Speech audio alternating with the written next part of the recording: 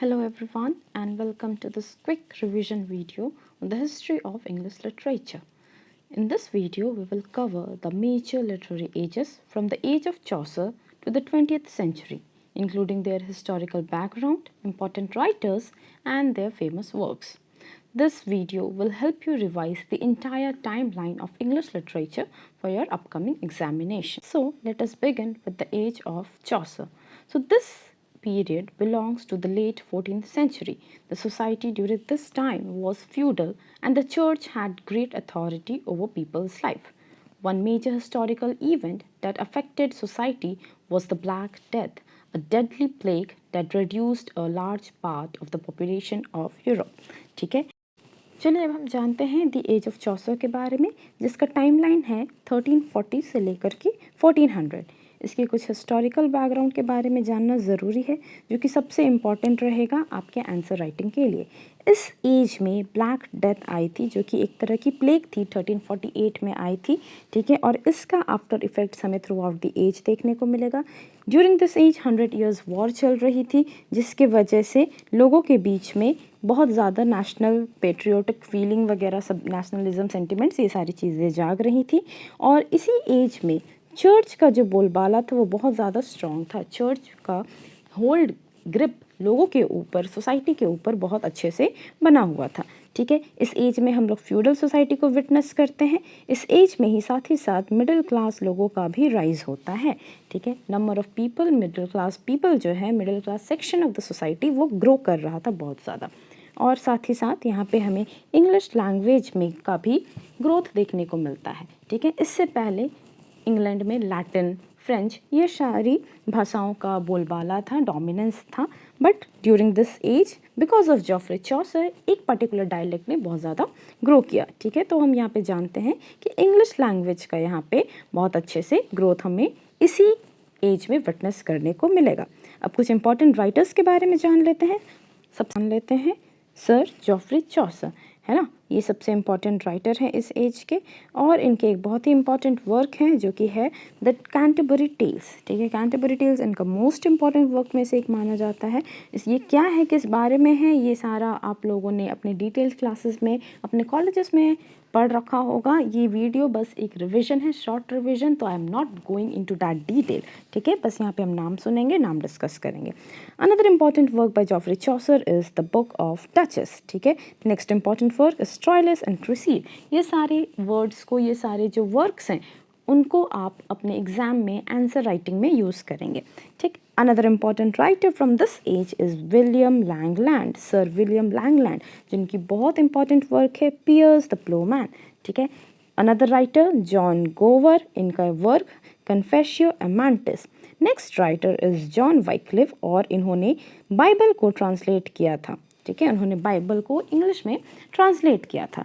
तो ये था एज ऑफ चौसर, जिसमें कि इतने सारे राइटर्स थे और इसका लिटरेरी बैकग्राउंड हम लोग जान गए हैं, ठीक है। लिटरेरी बैकग्राउंड नहीं जाने हैं, अब जानते हैं लिटरेरी बैकग्राउंड। इसमें क्या था, वर्नाकुलर लैंग्वेज। अब तक हम लोग जानते थे कि इंग्लिश का बहुत सारा डायलेक्ट हुआ करता था, प्लस अब तक यहाँ पे फ्रेंच और लैटिन चल रही थी। बिकॉज ऑफ सर जॉफ्री चौसर यहाँ पे मिडिल इंग्लिश डायलेक्ट को वैल्यू मिला, उनका इम्पोर्टेंस, उनका डोमिनेंस बढ़ा, और फिर यही हमारा आज का इंग्लिश बनते आया है। इस एज में रियलिज्म की बातें होती थी। इस एज में एलिगरी के थ्रू वर्क्स लिखे जाते थे। अब एलिगरी क्या होता है, वैसे फिक्शन, वैसे नॉट एग्जैक्टली फिक्शन, वैसे राइटिंग्स जो कि सुपरफिशियल लेवल पे कुछ और स्टोरी बता रहे होंगे और उसका एक फिगरेटिव मीनिंग भी होता है, ठीक है। ये आप अपने हायर क्लासेस में और अच्छे से जानेंगे। फ्रेम नैरेटिव टेक्निक, यानी कि story with in a story technique चल रहा था ड्यूरिंग दिस एज, पॉपुलर था। इन्फ्लुएंस ऑफ रिलीजन, आप जितने भी वर्क्स देखेंगे उसमें हर जगह रिलीजन का इम्पॉर्टेंट रोल रहा है, ठीक है। फेथ का, स्पिरिचुअलिटी का, रिलीजन का लोगों के ऊपर डोमिनेंस, सोसाइटी के ऊपर डोमिनेंस हमें देखने को मिलेगा। तो ये था एज ऑफ चौसर के बारे में। Now let's move on to the next age. तो अब हम जानते हैं रेनेसा के बारे में, एलिजाबेथन एज के बारे में। तो यहाँ पे हमें इन्फ्लुएंस ऑफ रेनेसा देखने को मिलेगा। यहाँ पे humanism and revival of classical learning होगा, प्लस यहाँ पे क्वीन एलिजाबेथ का रीन होगा। और उनके रीन में बहुत सारे reformations and geographical discoveries take place करेंगी। ठीक है, कुछ इंपॉर्टेंट राइटर्स के बारे में अब जानते हैं।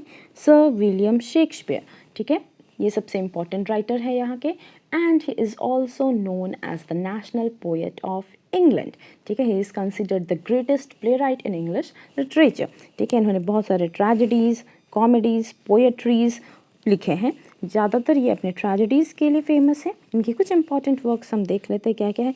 Macbeth, as you like it, और इन्होंने 154 सोनेट्स लिखे हैं। अब next important writer is sir Christopher Marlowe. ठीक है, इनकी इंपॉर्टेंट वर्क्स क्या क्या हैं, तो Doctor Faustus, the Jew of Malta and Edward the Second. ठीक है, ये इनके कुछ इंपॉर्टेंट वर्क्स हैं। Moving on, the next important writer we have is Edmund Spenser, जिन्होंने द फेरी क्वीन लिखा है, क्वीन को डेडिकेट करने के लिए। अगला वर्क इनका है द शेपर्ड्स कैलेंडर और एमोटी एंड एपिथैल्मियन। ठीक है, ये इनके कुछ इंपॉर्टेंट वर्क्स हैं। तो ये था हमारा रेनेसा एज यानी कि एलिजाबेथन एज। अब हम देखते हैं इसके लिटरेरी फीचर्स क्या क्या थे। तो इसके लिटरेरी फीचर्स में बस यही है कि यहाँ पे स्पिरिट ऑफ एडवेंचर देखने को मिलेगा। जो सोनेट्स लिखी जाती थी, जो कविताएं थी, ठीक है, एलिजाबेथन पोएट्री में हमें ब्लैंक वर्ड्स का यूज़ देखने को मिलेगा। ट्रेजेडीज़ एंड कॉमेडीज इस एज में बहुत ज़्यादा पॉपुलर हुई, और यहाँ पे सोनेट फॉर्म, पोएट्री का जो एक फॉर्म है सोनेट, वो बहुत ज़्यादा पॉपुलर होते गया। We have the third age, that is Jacobean and metaphysical poetry। ठीक है, अब Jacobean age यानी कि 1603 से लेकर के 1625 पे ख़त्म होती है। ड्यूरिंग दिस एज कौन रूल कर रहे थे, तो sir king James one rule कर रहे थे। इस एज में बहुत सारे रिलीजियस कॉन्फ्लिक्ट देखने को मिला था, टेंशन, अप्रेस्ड, केओस, ये सारी चीज़ें हमें देखने को मिली। इस एज के जो इम्पोर्टेंट राइटर हैं वो सर जॉन डन हैं, जिनके बहुत इंपॉर्टेंट वर्क्स हैं जैसे कि songs and sonnets and Holi sonnets. ठीक है, उन्होंने ये सारे वर्क्स लिखे हैं। Another important writer is Ben Jonson. अब यहाँ पे सवाल ये है कि बेन जॉनसन एलिजाबेथन एज में भी आते हैं और जैकोबियन एज में भी आते हैं। दो by birth he was an Elizabethan, but उनमें कोई भी एलिजाबेथन स्पिरिट हमें देखने को नहीं मिलता है। That is why we consider him as a Jacobean dramatist. ठीक है, इनके कुछ इंपॉर्टेंट वर्क्स हैं जैसे कि Volpone, the Alchemist, every man in his humour. ठीक है, अब देखते हैं इस एज का लिटरेरी एस्पेक्ट, लिटरेरी फीचर्स क्या क्या था। तो इस एज में हमें भर भर के मेटाफिजिकल कंसीट्स देखने को मिलता है। इस एज के जो पोएट्री थे वो काफ़ी इंटेलेक्चुअल थे। ठीक है, उसमें इमोशन से ज़्यादा हमें विट देखने को मिलता था। नेक्स्ट, ड्रामेटिक मोनोलॉग, वैसी कविताएं जिसमें कि एक ही स्पीकर है थ्रू ऑफ द पोएम, एक ही स्पीकर रहेगा। डायलॉग यानी कि बिटवीन टू पीपल कॉन्वर्सेशन को कहते हैं। मोनोलॉग यानी कि एक सिंगल आदमी ही सारा का सारा स्टेटमेंट या कॉन्वर्सेशन है वो डिलीवर कर रहा है। तो ड्रामेटिक मोनोलॉग हमें देखने को मिलेगा। इस एज के वर्क्स में हमें विट एंड पैराडॉक्सेस भर भर के देखने को मिलेगा। तो ये था हमारा Jacobean age. Now let's move on to the next age, that is Puritan age। ठीक है, प्योरिटन एज और कॉमनवेल्थ एज तो क्या है, चलिए हम जानते हैं। तो इस एज में इंग्लिश सिविल वॉर हो रही थी और यहाँ पे थ्रोन को ओवरथ्रो करके ओलिवर क्रॉमवेल बन गए यहाँ के लॉर्ड प्रोटेक्टर। ठीक है, और यहाँ पे प्योरिटनिज्म का फिर से हमें इंग्लैंड में ज़्यादा दबदबा देखने को मिला। ठीक है, अब इसके इम्पॉर्टेंट राइटर कौन आ जाते हैं, एक तो जॉन मिल्टन, जिन्होंने paradise lost, Lycidas on his blindness जैसे इम्पॉर्टेंट और बहुत फेमस वर्क्स लिखे हैं।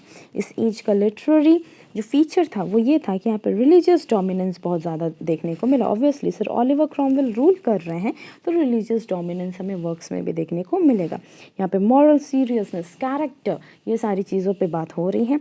एलिगरी एंड सिंबलिज्म हमें देखने को मिलता है इस एज के वर्क्स में। ठीक है, now moving on we have the next age which is known as the Restoration age. अब इस एज में क्या होता है, the monarchy was restored under King Charles the Second. ठीक है, किंग चार्ल्स टू फिर से इंग्लैंड के राजा बन जाते हैं, किंग बन जाते हैं, इसीलिए इसका नाम है रिस्टोरेशन ऑफ क्या, तो मोनार्की। ठीक है, और इस एज में पूरा का पूरा हमें प्योरिटनिज्म के अगेंस्ट हेट्रेड, उसके अगेंस्ट रिएक्शन देखने को मिलेगा। इस एज में सटायर एंड कॉमेडी बहुत ज़्यादा भर भर के उभरा। ठीक है, इस एज के कॉमेडी को हम लोग कॉमेडी ऑफ मैनर्स कहते हैं। अब कुछ इंपॉर्टेंट राइटर्स जैसे कि सर जॉन ड्राइटन हैं, इन्होंने Absalom and Achitophel, Mac Flecknoe, all for love and essay of dramatic poesy जैसे इंपॉर्टेंट वर्क्स लिखे हैं। Next writer we have is William Congreve, जिन्होंने the way of the world, love for love, the old bachelor, the morning bright जैसे important works लिखे हैं। अब अगर हम लोग इसके लिटरेरी फीचर्स के बारे में बात करें तो इस एज के ड्रामास को, जो कॉमेडीज़ थे, उन्हें हम कॉमेडी ऑफ मैनर्स कहते हैं। इसमें हमें सटायर्स भर भर के देखने को मिले हैं इस एज में, प्लस इस एज के जो वर्क्स थे उसमें हीरोइक कपलेट हमें देखने को मिला है, उसका हमें डोमिनेंस देखने को मिलता है। Moving on we have the next age that is the Augustan age, ठीक है, जो कि अर्ली 18th सेंचुरी का पार्ट है। इस एज में एम्फेसिस था upon reason, balance, order and classical ideas which was usually inspired by the Greek and the Roman literature, ठीक है। इस एज में हमें यही देखने को मिल रहा है, रीज़न, ऑर्डर, सटायर है, साइंटिफिक डेवलपमेंट है, कॉफ़ी हाउसेस कल्चर बढ़ चुका है, ठीक है। लोग अभी यहाँ पे कॉफ़ी हाउसेस का ग्रोथ देखने को मिल रहा है। लंदन में फैशनेबल सोसाइटी, फैशनेबल लाइफ, जो शो ऑफ वाली सोसाइटी होती हैं, वो हमें यहाँ पे विटनेस करने को मिलता है। अब कुछ इंपॉर्टेंट राइटर्स देखते हैं, जैसे कि सर अलेक्जेंडर पोप, इनके कुछ इंपॉर्टेंट वर्क्स हैं। The Rape of the Lock, an essay on criticism, an essay on man, ये कुछ इंपॉर्टेंट वर्क्स हैं by sir Alexander Pope. Moving on, we have Jonathan Swift. इनके important works, The Gulliver's Travel, The Battle of the Books, An Argument Against Abolishing Christianity. Next important writer we have is Sir Daniel Defoe. ठीक है, Daniel Defoe, इनके important works हैं Robinson Crusoe, Moll Flanders and Colonel Jack, ठीक है। अब literary aspect की अगर बात की जाए तो इस एज में हमें सटायर्स देखने को मिले, हीरोइक कपलेट्स देखने को मिले, नॉवेल्स का बहुत ज़्यादा हमें ग्रोथ देखने को मिलता है, ठीक है। गुलिवर्स ट्रैवल हो गया, रॉबिन्सन क्रूजो हो गया, मॉल फ्लैंडर्स हो गया, ये सारे नॉवेल्स हैं। इस एज के वर्क्स में हमें मॉरल रियलिज्म को भी विटनेस करने को मिलता है। Moving on we have the next important age that is the Romantic age. ये पूरे लिटरेचर में one of the most important age इसे कंसिडर किया जाता है। ये जो रोमांटिक एज था वो क्या था, वो that was a reaction against industrialisation and rationalism, ठीक है। ये फ्रेंच रिवॉल्यूशन जो हो रहे थे उसके इन्फ्लुएंस हमें यहाँ पे देखने को मिलता है। इस एज में सारे फोकस किस पे था, इमोशन एंड नेचर पे था, ठीक है। और एक्सेसिव रैशनलिज्म के अगेंस्ट, इंडस्ट्रियलाइजेशन के अगेंस्ट यहाँ पे हमें रिएक्शन देखने को मिलता है। अब कुछ इंपॉर्टेंट पोएट्स जान लेते हैं हम। तो सर विलियम वर्ड्सवर्थ और सर सैमुअल टेलर कॉलरिज, ये दोनों के जॉइंट कोलैबोरेशन से एक वर्क पब्लिश होता है, लिरिकल बैलेड, और इसी पब्लिकेशन से, इसके पब्लिकेशन में 1798 में जो हुई थी, इसी के पब्लिकेशन से फाउंडेशन स्टेल ले हो जाती है रोमांटिक एज की, ठीक है। विलियम वर्ड्सवर्थ के और कुछ इंपॉर्टेंट वर्क्स हैं, द प्रेल्यूड, टिंटन एबे और ढेर सारे वर्क्स हैं।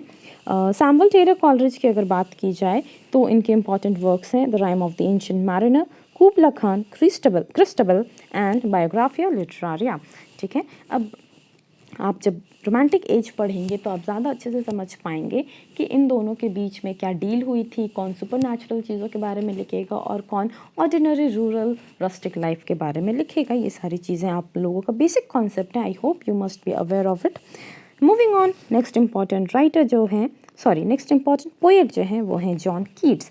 इनके वर्क्स के एग्जाम्पल हैं ode to a nightingale, ode on a Grecian urn to autumn. Next we have P.B. Shelley, Percy by Shelley. इनके important works, Ode to the West Wind and Adonis. Next important writer we have is Lord Byron. इनके important work, Don Juan. ठीक है, अगर बात की जाए इस as के इम्पॉर्टेंट वर्क्स के बारे में तो सबसे इम्पॉर्टेंट वर्क तो लिरिकल बैलेड खुद ही है, और इसी के पब्लिकेशन से, जो कि 1798 में पब्लिश होगी, इसी के पब्लिकेशन से हम यहाँ पे फाउंडेशन स्टोन को मानते हैं कि इस एज का फाउंडेशन स्टोन ले हो गया था, ठीक है। अब मूविंग ऑन, इसके अगर लिटरेचर के फीचर्स के बारे में बात करें तो सबसे इम्पॉर्टेंट फीचर्स क्या है कि यहाँ पे सब्जेक्टिविटी देखने को मिलता है, यूज़ ऑफ इमेजिनेशन देखने को मिलता है, फैंसी देखने को मिलता है, सुपर नेचुरल एलिमेंट्स का यूज़ भी देखने को मिलता है, और यहाँ के जो वर्ड्स थे, यहाँ के जो पोएम्स थे, उसमें कॉमन मैन लैंग्वेज का यूज़ किया गया है, unlike the metaphysical age. Moving on we have the Victorian age. ठीक है, अब ये जो विक्टोरियन एज है यहाँ पे हमें इंडस्ट्रियल रिवॉल्यूशन होते हुए उसके एज का असर हमें इस एज के वर्क्स में भी हमें देखने को मिलेगा। ठीक है, जो कि नाम से यहाँ पे क्लियर हो रहा है एक और चीज़ कि यहाँ पे क्वीन विक्टोरिया रूल कर रही होंगी, इंडस्ट्रियल रिवॉल्यूशन हो रहा है, इसी का हमें झलक देखने को मिलेगा हमारे इस एज के वर्क्स पे। यहाँ पे हमें moral values, realism, social reforms के जैसे थीम्स देखने को मिलेगा। इस एज में डार्विन्स थ्योरी पब्लिश हुई थी। ठीक है, और यहाँ पे सवाल उठ गए थे फेथ के ऊपर। Moving on, we have important writers जो हैं विक्टोरियन एज के, देख लेते हैं। सबसे पहला चार्ल्स डिकेंस, इन्होंने बहुत इंपॉर्टेंट वर्क्स, बहुत अच्छे अच्छे नॉवेल्स लिखे हैं, जैसे कि great expectation, Oliver Twist and David Copperfield.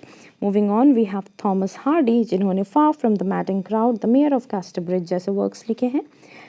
We have A.L. Tennyson, Alfred Lord Tennyson, जिन्होंने इन मेमोरियम, यूलिसिस जैसे इंपॉर्टेंट वर्क्स लिखे हैं। Moving on, we have Robert Browning, जिन्होंने my last duchess, the ring and the book जैसे important works हमें दिए हैं। अब इस एज के अगर लिटरेरी फीचर्स का बात किया जाए तो हमें यहाँ पे realism, moral seriousness, dramatic monologue और सोशल क्रिटिसिज्म देखने को मिलता है। Moving on, we have the last age, that is the modern age of the 20th century. ठीक है, अब इस एज में हमें वर्ल्ड वॉर का इन्फ्लुएंस देखने को मिलता है, impact of world war first and impact of world war second हमें इस एज के वर्क्स में देखने को मिलेगा। इस एज में लॉस ऑफ फेथ का थीम रहेगा और यहाँ पे साइकोलॉजिकल एक्सप्लोरेशन एंड एक्सपेरिमेंटेशन हमें देखने को मिलेगा। इस एज में बहुत सारे क्रिटिक आएंगे जिनके इम्पॉर्टेंट वर्क से सारे राइटिंग टेक्निक ही पूरा चेंज हो जाता है। ठीक है, न्यू पर्सपेक्टिव मिल जाता है हमें देखने के लिए। अब देखते हैं कुछ इम्पॉर्टेंट राइटर्स, जैसे कि T.S. एलियट, जिन्होंने wasteland, the love song of J Alfred Prufrock जैसे इंपॉर्टेंट वर्क्स लिखे हैं। जेम्स जॉयस, जिन्होंने Ulysses, a portrait of the artist as a young man लिखा है। फिर वर्जीनिया वुल्फ ने वर्क्स लिखे हैं, Mrs Dalloway, to the lighthouse and a room of one's own. Moving on, we have W.B. Yeats, जिन्होंने the second coming and sailing to Byzantium जैसे important works लिखे हैं। अगर इस एज का लिटरेरी फीचर्स देखें हम तो उसमें हमें यहाँ पे स्ट्रीम ऑफ कॉन्शियसनेस देखने को मिलता है, फ्रैगमेंटेशन देखने को मिलता है, सिम्बॉलिज्म देखने को मिलता है एंड एलियनेशन देखने को मिलता है। तो ये सारे थे इस एज के फीचर्स। पूरा का पूरा history of English literature from the age of Chaucer to the 20th century में हम लोगों ने क्विक रिविजन किया। अब ध्यान रखेंगे कि इस जो वीडियो है इसमें और ये जो PDF है इसमें बहुत सारे राइटर्स को मैंने स्किप कर लिया है। जैसे विक्टोरियन एज में हम लोगों ने बहुत सारे विमेन राइटर्स को स्किप किया है। आप एग्ज़ाम पॉइंट ऑफ व्यू से उस चीज़ों को भी फोकस करेंगे और अपने रिविजन में वो सारी चीज़ों को भी इंक्लूड करेंगे जिससे मैंने यहाँ पे ओमिट कर दिया या एक्सक्लूड कर दिया है। Moving on, there are a few examination tips या फिर कुछ निमोनिक टेक्निक्स हैं जो आपके लिए यूज़फुल हो सकती हैं एग्ज़ाम के लिए। Now let us have a look. Screen में आप एक क्विक रिवीजन चार्ट देख सकते हैं। अगर आपने इस चार्ट को मेमोराइज़ कर लिया और एग्ज़ाम में अगर ये आपको याद रहा तो आपको आंसर राइटिंग करने में थोड़ी बहुत हेल्प हो जाएगी। अब कुछ निमोनिक टेक्निक्स हम लोग देख लेते हैं जो कि होपफुली कुछ स्टूडेंट्स के लिए एग्ज़ाम में यूज़फुल साबित हो सकती हैं। सपोज़ आपको टाइमलाइन याद करने में दिक्कत आ रही है तो आप बस ये एक इम्पॉर्टेंट सेंटेंस को याद कर लेंगे जिससे कि आपको पूरा का पूरा टाइमलाइन ईजीली याद हो जाएगा। सेंटेंस है, the crazy Elizabeth just played romantic Victorian music. ठीक है, अब यहाँ से अगर आपको ये स्टेटमेंट याद हो जाता है, ये सेंटेंस याद हो जाता है तो यू कैन जस्ट रिमेंबर यहाँ पे जो C है क्रेजी का, that stands for age of Chaucer यानी चॉसर। एलिजाबेथन जो है यहाँ पे एलिजाबेथ, वो एलिजाबेथन के लिए है। जस्ट के लिए आ जाएगा जैकोबियन, P के लिए आ जाएगा यहाँ पे प्योरिटन, R के लिए आ जाएगा यहाँ पे रोमांटिक। रोमांटिक तो पूरा ही है, romantic is followed by the Victorian as and music से आप यहाँ पे मॉडर्न एज समझ सकते हैं। अब इस टेक्निक से आपको पूरा का पूरा जो टाइमलाइन है वो सीक्वेंस में याद रहेगा, क्रोनोलॉजिकल ऑर्डर में याद रहेगा। रोमांटिक पोएट्स को मेमोराइज करने का ट्रिक, आप बस एक सिंपल सा वर्ड याद रखेंगे जो कि है BBCKWS। BBCKWS अगर आप ये याद रखेंगे तो B stands for William Blake, second B stands for Lord Byron, C stands for Samuel Taylor Coleridge, and K stands for John Keats, W stands for William Wordsworth, and S stands for Shelley. ठीक है, ये great 6 poets हैं of the Romantic as. ठीक है, ये रहा आपका romantic as के बारे में. अब अगर आपको विक्टोरियन नॉवलिस्ट को याद करना है तो जस्ट रिमेंबर DHTB यानी कि Dickens, Hardy, Tennyson and Robert browning. ठीक है, तो ये हो गए चारों नॉवलिस्ट विक्टोरियन एज के. और उसी तरह अगर आपको मॉडर्न राइटर्स को याद करना है तो just remember the term Jove यानी कि जेम्स जॉयस, ओ से जॉर्ज ऑवेल, वी से वर्जीनिया वुल्फ एंड ई से T.S. एलियट. ये सारे हैं आपके मॉडर्न एज के writers. Now for exams you just have to remember 3 to 4 writers from each age. ठीक है, आप सारे एजेस से 3-4 राइटर्स को लिखेंगे और उनके इम्पॉर्टेंट वर्क्स को भी लिखेंगे. और चलिए अब हम देखते हैं वैसे ऑथर्स को जिनको किसी और टाइटल से भी नवाजा गया है. सबसे पहले हैं यहाँ पे सर जॉफ्री चॉसर, जिन्हें फादर ऑफ इंग्लिश पोएट्री के नाम से जाना जाता है. सर विलियम शेक्सपियर, जिन्हें बार्ड ऑफ एवॉन या नेशनल पोएट ऑफ इंग्लैंड के नाम से भी जाना जाता है. Christopher Marlowe is also known as the father of English tragedy. Similarly Edmund Spenser is known as poets' poet.